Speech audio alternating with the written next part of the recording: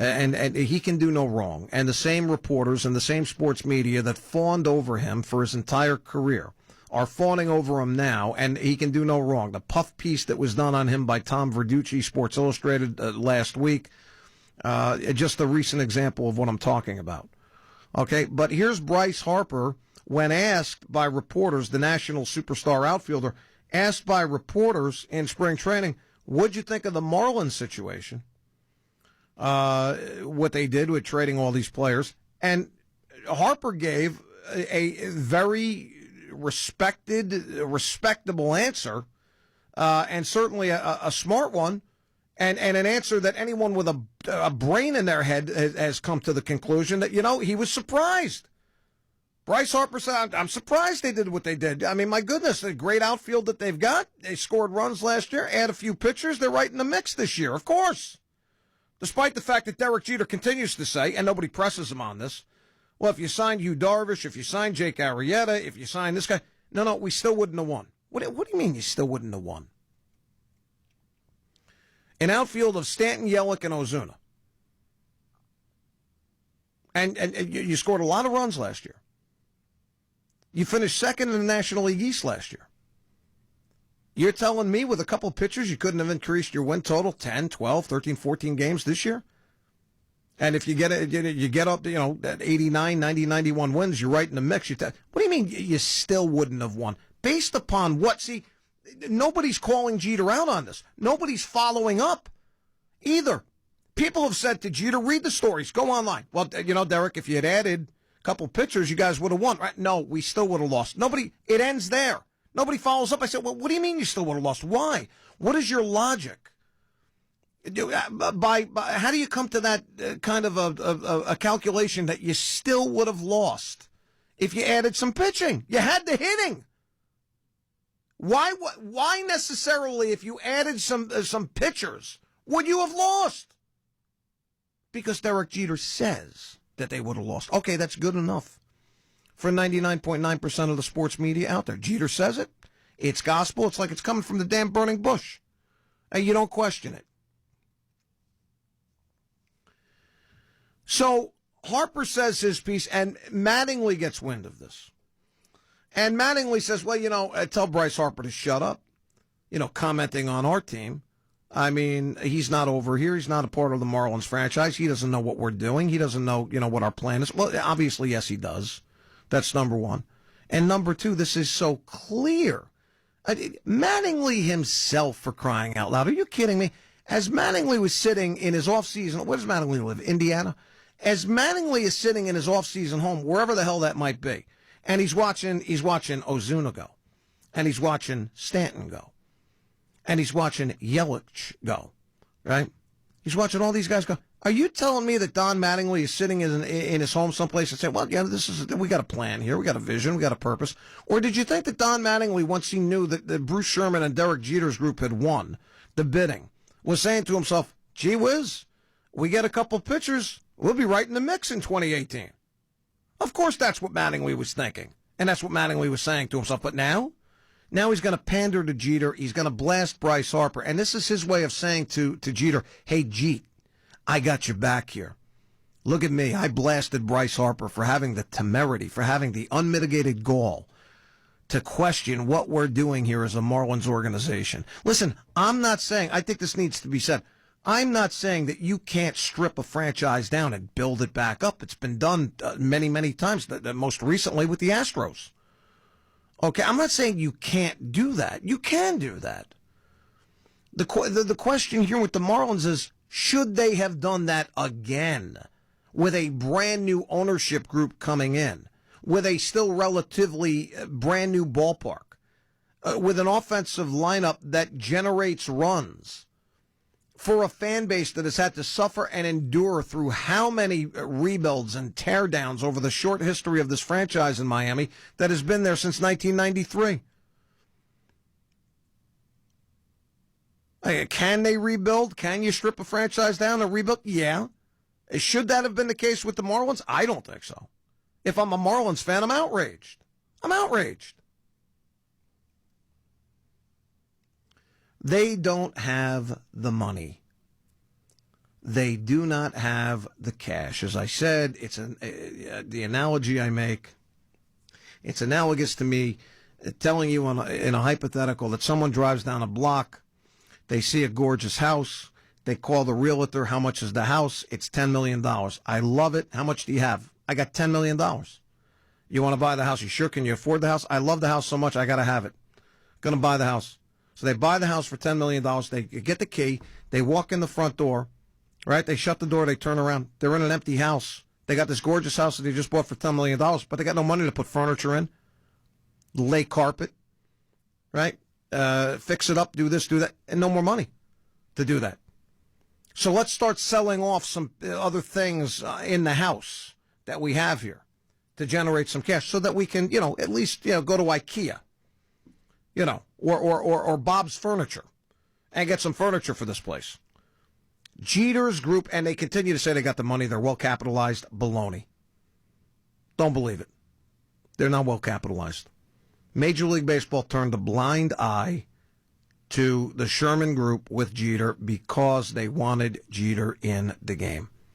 That's how desperate they were to have Jeter in the game. The group that A-Rod was a part of, that nobody talks about, was much more well-financed than the Jeter Group.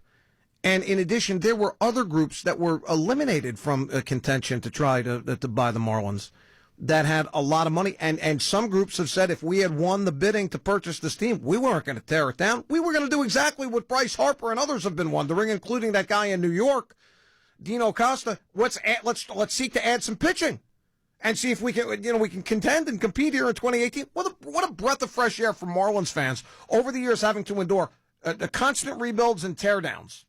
And here come the new owners into town, and hey, you know something? Hey, we're here to save the day. We've got a nice core here. If we can build a little bit now with some pitching, we're going to be competitive this year. For a Marlins fan, that's music to their ears, but no.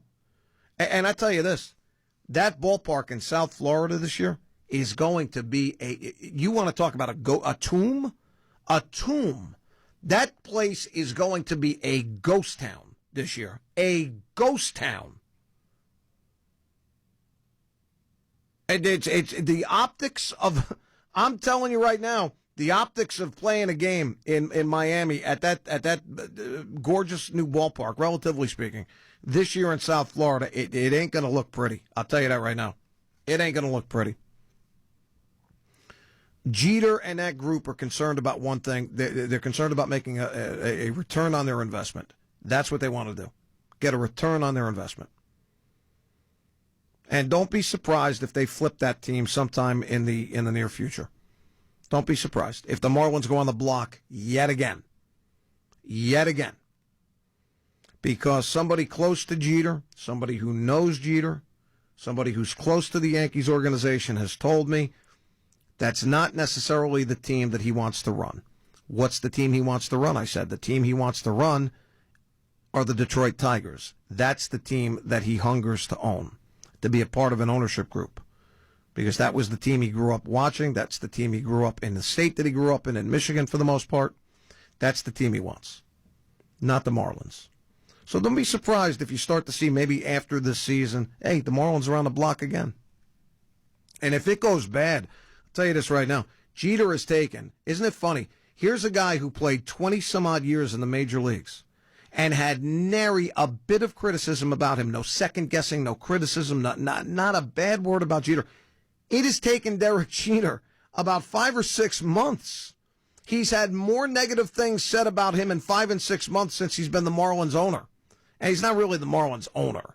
He's running baseball operations. He's a minority owner, but we'll call him the owner, or one of the owners for the sake of argument. Since he's been in that position, he's taken more heat and more negative commentary than in 21 years of playing Major League Baseball. And deserved, as far as I'm concerned. Deserved. I have no question, and it's clear as day. They want to rebuild, and they want to do it with youth, and they want to, rebuild the farm system, which, listen, any ownership group that went in there this year was going to have to rebuild that farm system. There's nothing that says you can't rebuild the farm system while putting a quality product on the field. So, but they chose not to do that. I think that the criticism has been more than warranted, and I've talked about it ad nauseum before. I mean, this is not the first time I've talked about Jeter and the Marlins. But don't, if you're Don Mattingly, please stop, Don. Donnie Baseball, give it a rest. I mean, Bryce Harper's only saying what everybody else is saying, if they want to be honest. What the hell are you doing down there? You could have added some pitching. You could have been a contender this year. This year. And to me, it's as clear as day that he's looking to placate his boss. He's looking to suck up to his boss. He's looking to have his boss's back here by saying, hey, Derek, listen, I put that Bryce Harper in his place.